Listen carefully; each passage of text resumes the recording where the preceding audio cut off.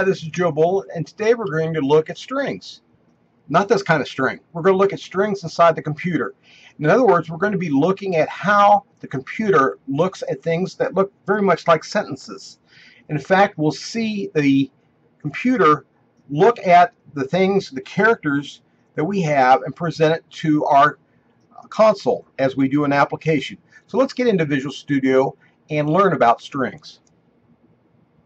Okay, I have the Visual Studio up at the Start page, and I'm going to go to New Project. And I'm going to create a Visual Basic console application, which is a text-based output for our demo. And I'm going to call this String Demo. Okay, let me change the magnification here a little bit, make it bigger. And for this particular application, we're going to make it very simple. We're going to bring up the console screen, and then we're going to wait for the keyboard to have some input to close out our application. So I'm going to use console, right line, and then I'm going to have a console read key. And those two will cause the console to come up, hold until I input some key, any key, from the keyboard, and then it will close out the module here. So let's take a look at what we're going to put to our console. A string, in this case a string literal, is something that appears inside quotation marks. So we first of all have to have quotation marks. This defines a string. Now what you have here is actually what's called an empty string, and it can be referenced. And if we were to run this right now, which I will, we will have nothing really to see because it's empty, but we are in fact outputting to the console an empty string. There we go. Nothing to see, just an empty string. I'll hit something on the keyboard and it'll end out. Now, traditionally, one of the first things that new programmers learn is the Hello World program to learn about writing a computer program. And so we'll do the same. Hello World. This is a series of characters, in this case Hello World with an exclamation point, but it appears inside quotation marks, and this makes it a string literal. The characters that appear inside here can be not only ASCII characters but also the Unicode characters from different kinds of languages. So anything that appears inside the quotation marks will be part of a string literal. So if I run this right now, we'll see Hello World presented to our screen. And there is Hello World. Now, we can have more than one string and build them up together, sort of like addition. But the difference is we're talking about strings, not numbers.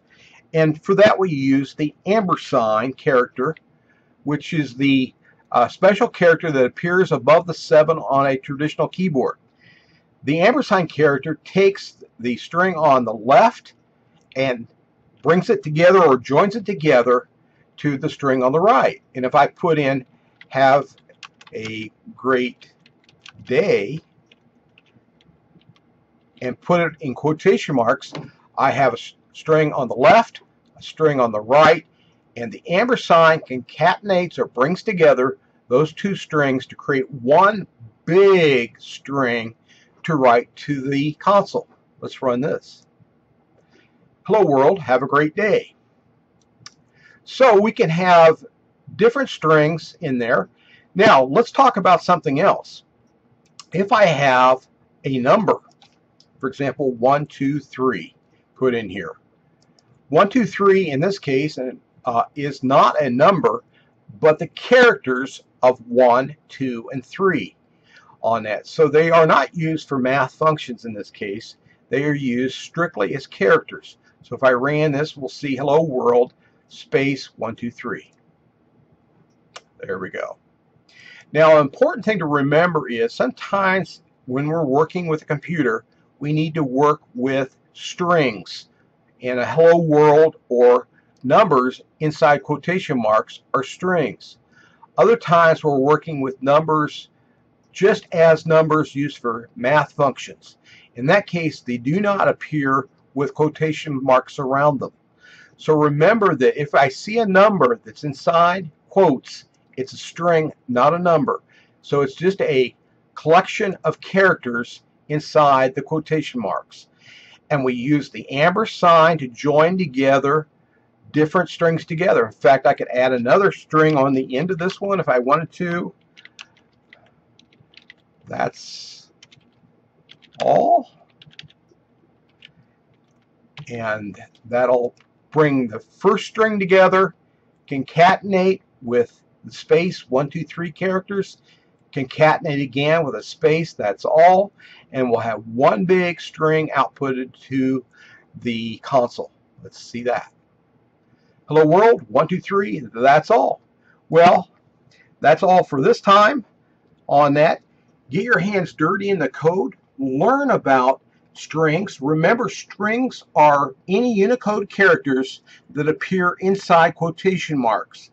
And if we see numbers that appear inside quotation marks, don't think of them as numbers for math computation, but strictly as characters that are numbers, in this case, of the characters that we put in.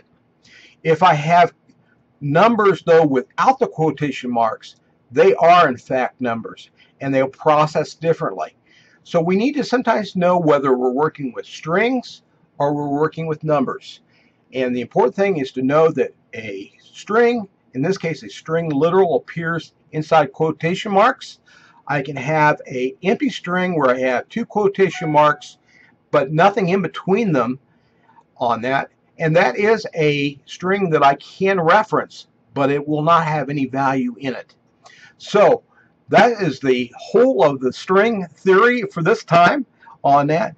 Get your hands dirty in code, practice a little bit about strings as you saw in the example, and have fun, and see you next time.